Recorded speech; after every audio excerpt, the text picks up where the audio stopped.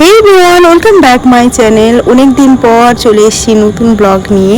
So সেদিন আমি গেছিলাম সাউথ সিটি মল। সেদিন আমি ছিলাম গড়িয়াহাটে, তো আমি ডিসাইড করলাম বেস্ট রুট আমার মনে হয় মেট্রো। তো আমি সেখান থেকে টোটো নিয়ে আমি পৌঁছে যাই শহীদ ক্ষুদিরাম মেট্রো স্টেশনে। আজকে আমি যাচ্ছি সাউথ সিটি মল, এটা গড়িয়া থেকে যাচ্ছি। আমি এখন রবীন্দ্র সরোবর থেকে বেরোচ্ছি। রবীন্দ্র সরোবর থেকে বেরোয় সামনেই দেখি অটো স্ট্যান্ড। তো ওদের বলতে ওরা জাস্ট 10-15 মিনিট টাইম নিয়েছিল, জাস্ট পুরো সামনেই আমাদের পৌঁছে দেয়।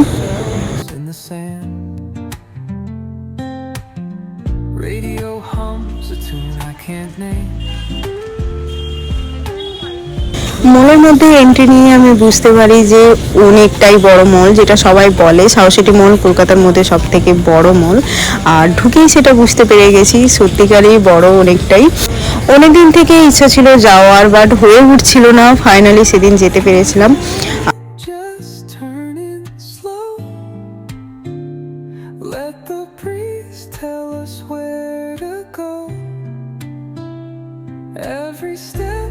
কাচের আমার ভীষণ ভয় লাগছে।